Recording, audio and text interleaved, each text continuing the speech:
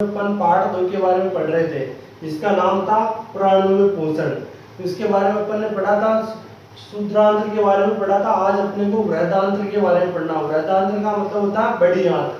बड़ी आंत्र के अंदर क्या होता है, इनके बारे में अपने को लिखना और पढ़ना है। वृहदांत्र क्या होता है? वृहदांत्र शुद्रांत्र की अपेक्षा छोटी होती है।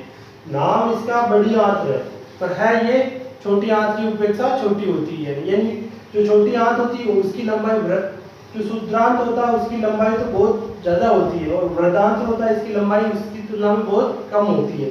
फिर इसके अंदर यह लगभग 1.5 मीटर लंबी होती है। इसकी लंबाई कितनी होती है? 1.5 मीटर होती है। और इसका जो कार्य होता है वो भोजन तथा जल एवं खनिज लवणों का अवशोषण करना। इसका मुख्य कार्य जल एवं खनिज लवणों का अवशोषण करना। यानी जो ये पूछा जाता है कितनी बार, जल तथा खनिज और लवणों का अवशोषण करना किन अंगों के माध्यम से किया जाता है? तो लेकिन कहाँ पर ज्यादा होता है? अमाशय में होता है कि छोटी आंत्र में होता है, बड़ी आंत्र में होता है कि कहाँ होता है? तो इसका वृहदांत्र आंसर राइट होगा। फिर इसके बाद बचा हुआ अपचित पदार्थ मलाशय में चला जाता था, अर्ध ठोस के रूप में रहता। समय समय पर इसका गुदा द्वारा निष्कासन द्वारा बाहर निकाल दिया जाता है, इसे निष्कासन कहते हैं। इसको अपने को लिखना, जो चीज पढ़ी अपन ने, वृहदांत्र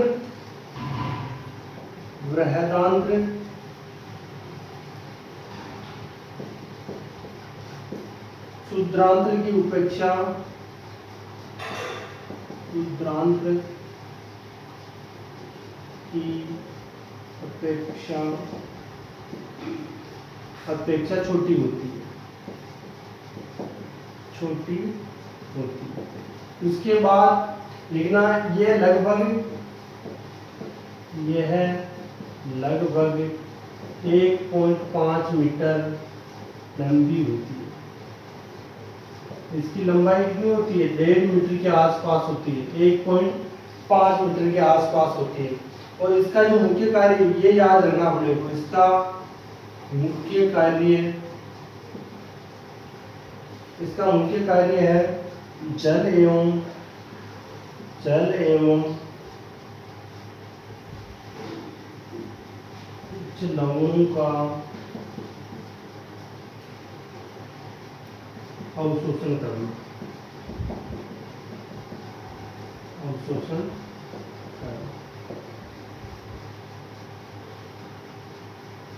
और इसके बाद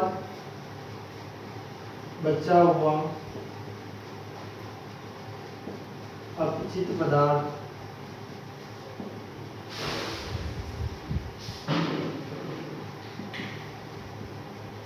मलाशय में चला जाता है।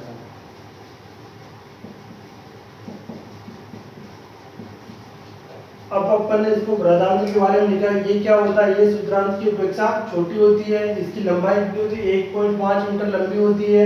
इसके अलावा इसका मुख्य जो कार्य होता है जल एवं खनिज लवणों का अवशोषण करना। ये कितने बार पूछा हो? जल एवं खनिज लवणों का अवशोषण शरीर के किस भाग में होता है? तो ये कहाँ होता है? वृहदांत्र में होता है। और उसके बाद जो अपचित पदार्थ होता है वो मलाशय में चला जाता है। उसके बाद अपने को पढ़ना है कि घास खाने वाले जंतुओं में पाचन किस प्रकार होता है। जो जंतु सारे अधिकतर घास खाते हैं, ये सारे जीव लगभग घास ही खाते हैं, तो उनमें घास खाते हैं, उनको क्या कहते हैं और कैसे पाचन होता है? आपने देखा होगा कि बहुत सारे जंतु ऐसे होते हैं जो घास खा लेते हैं, बाद में उस टाइम उसको पूरा ऐसे कैसे निगल जाते हैं। फिर उसको जब वो रात्रि कालीन या जब फ्री टाइम में बैठे रहते हैं तो उसको वापस जुगाली करते रहते हैं, यानी खाए हुए को बाहर निकाल के वापस चबाते रहते, तो उसे जुगाली करना कहते हैं।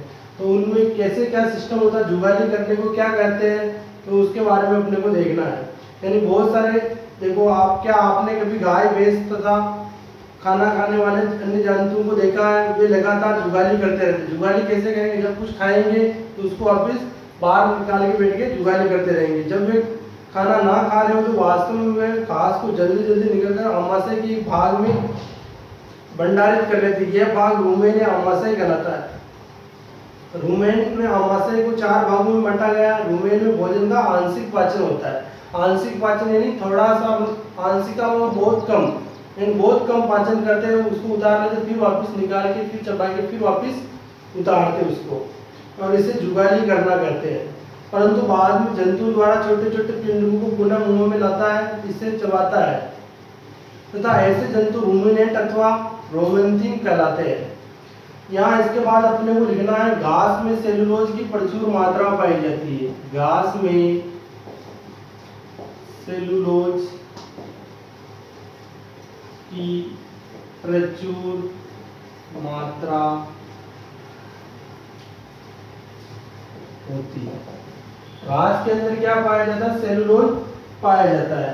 और इसके बाद अपने को लिखना है जो सेलुलोज होता है जो एक प्रकार का कार्बोहाइड्रेट, जो एक प्रकार का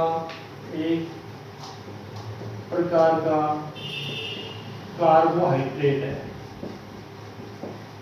कार्बोहाइड्रेट घास के अंदर क्या पाया जाता है? सेलुलोज पाया जाता है। इसमें घास के अंदर सेलुलोज की प्रचुर मात्रा होती है और जो एक प्रकार का कार्बोहाइड्रेट है। इसके बाद अपने को अमीबा के बारे में पढ़ना। अमीबा क्या है? अमीबा है जो एक कोशिकीय जीव। अमीबा के अंदर एक प्रकार की कोशिकाएं पाई जाती है। इसमें लिखा हुआ अमीबा जलाशय में पाए जाने वाला एक कोशिकीय जीव है। अर्थात ऐसा जीव जिसमें एक ही प्रकार की कोशिकाएं पाई जाती है उसे एक कोशिकीय जीव कहते हैं। अमीबा की कोशिकाओं में एक कोशिका झिल्ली तथा एक गोल केंद्रक कोशिका के द्रव में बुलबुले के समान अनेक धानियां होती है। अमीबा निरंतर अपनी आकृति बदलता रहता है। तो यहाँ लिखना अपने को अमीबा एक कोशिकीय जीव है। अमीबा एक कोशिकीय जीव है। कितनी बार अपने को पूछ लिया जाता है तो एक कोशिकीय जीव का उदाहरण दीजिए, तो कौन सा होता है? वो अमीबा होता है। अमीबा के अंदर जो आहार वो लेता है, अमीबा कुछ सूक्ष्म जीवों को आहार के रूप में ग्रहण करता है। जब इसे भोजन का आभास होता है तो ये खाद्य कणों को चारों ओर आधार विकसित करके निकल लेता है। इसे खाद्य दानी कहते हैं। इस प्रकार अपने को अमीबा के बारे में पढ़ा था। इसके बाद इसके क्वेश्चन आंसर है उनके बारे में थोड़ा अपन देख लेते हैं और बाकी के जो इनके क्वेश्चन आंसर है मैं पीडीएफ के माध्यम से आपको सेंड कर दूंगा जो ग्रुप में आ जाएंगे। फर्स्ट क्वेश्चन देखते हैं कि इसका जो खाली स्थान है उसके बारे में देगा। मानव में पोषण के मुख्य चरण, जो अपन स्टार्टिंग में लिखा था कि कौन कौन से मुख्य चरण होते हैं। पहला तो मुख्य गुहिका, फिर गर्सिका, उसके बाद आमाशय, शुद्रांत, वृहदांत्र और गुद्दा। यानी ये जो इसके प्रमुख अपन ने भाग लिखवाए थे वो भरने आपको। फिर खैर देगा मानव शरीर की सबसे बड़ी ग्रंथि। मानव शरीर की सबसे बड़ी ग्रंथि का नाम है यकृत। यानी इसका फर्स्ट का दूसरा होगा यकृत। आमाशय में हाइड्रोक्लोरिक अम्ल एवं आमाशय के रस का स्त्राव होता है। यहाँ पर आमाशय रस आ जाएगा। इसके बाद तीसरा बड़ा गहदेर का, इसमें शुद्रांत की आंतरिक भित्ति पर अंगुलीनुमा संरचना पाई जाती है, इसे दीर्घरोम कहते हैं। शुद्रांत की आंतरिक भित्ति पर अंगुलीनुमा संरचना पाई जाती है, इसे क्या कहते हैं? दीर्घरोम कहते हैं।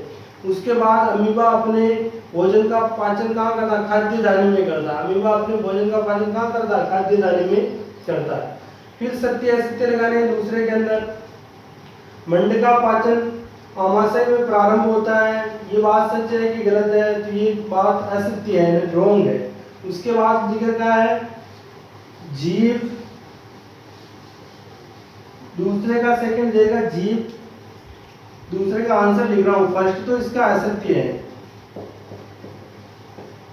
अब इसका दूसरा देखते हैं। दूसरे में लिखा हुआ है जीव लाला ग्रंथि को भोजन के साथ मिलाने में सहायक होती है। हाँ, ये लार के माध्यम से ही अपन भोजन को अंदर उतारते हैं, ये बात सत्य है। इसके बाद पीताशय में पीत रस अस्थायी रूप से भंडारित होता है। पीताशय में पीत रस भंडारित होता है, ये बात सत्य है। यानी सत्य असत्य के बारे में देख रहे थे। उसके बाद रूमिनेंट निगली हुई घास को अपने मुंह में वापस लाकर धीरे धीरे चबाते रहते हैं। यानी ऐसे जंतु जो पहले घास को निगल जाते फिर धीरे धीरे वापस बाहर निकाल के चबाते हैं, तो ये बात भी सत्य है। यानी रूमिनेंट करने वाले जानवर वापस घास को निकाल के चबाते रहते हैं। थर्ड क्वेश्चन देखते हैं इसका। वसा का पूर्ण रूप से पाचन कहाँ होता है? तो इसका पाचन शुद्रांत में होता है। वसा का पूर्ण रूप से पाचन शुद्रांत के अंदर वसा का पूर्ण रूप से पाचन होता है। तीसरे के फर्स्ट में थर्ड राइट है। तीसरे का जो क है उसके अंदर थर्ड राइट है शुद्रांत। आमाशय दीर्घता, मुख्य दीर्घता, शुद्रांत और वृहदांत, तो उसका ख राइट हो गया। सॉरी क का थर्ड राइट होगा। अब तीसरे के ख के बारे में देखते हैं। जल का अवशोषण मुख्य रूप से जिस अंग द्वारा किया जाता है, अभी अपन ने पढ़ा था बृहदांत्र के द्वारा जल का अवशोषण किया जाता है। बृहदांत्र, बृहदांत्र द्वारा जल का अवशोषण किया जाता है। फिर चौथा दे रखा है, चौथे में क्या दे रखा है अपने को, कॉलम ए के कॉलम बी से मिलान करना अपने को। खाद्य संगठन दे रखा और पाचन के उत्पाद दे रखे कार्बोहाइड्रेट, प्रोटीन और वसा, इधर लिख रखा वसा, अम्ल और ग्लिसरॉल। फिर दे रखा शर्करा, एमिनो अम्ल। तो इनको लिख भी सकते अपन, इधर मैं लिख दूं कॉलम ए और इधर कॉलम बी।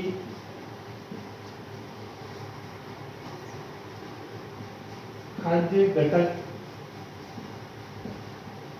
खाद्य घटक, पाचन के उत्पाद, इधर कार्बोहाइड्रेट,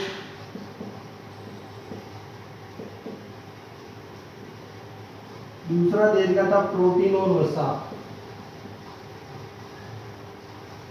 प्रोटीन और वसा। उसके बाद इधर दे रखा था अपने को वसा अम्ल, वसा अम्ल एवं ग्लिसरॉल। शर्करा, शर्करा के बाद देखा था एमिनो अम्ल। इसमें अपने को क्या करना था, मिलान करना था। कार्बोहाइड्रेट के अंदर शर्करा पाई जाती है तो कार्बोहाइड्रेट का तो शर्करा से मिलान हो जाएगा। वसा किसमें पाई जाती है, वसा अम्ल में ग्लिसरॉल के अंदर वसा पाई जाती है।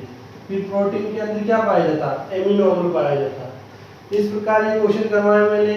बाकी जो क्वेश्चन थे उसको अपन क्या करेंगे कि पीडीएफ के माध्यम से मैं आपको सेंड कर दूंगा, तो आप लिख लेना उसको और वापस आपको हैश टैग करके कंप्लीटली सेंड करना है।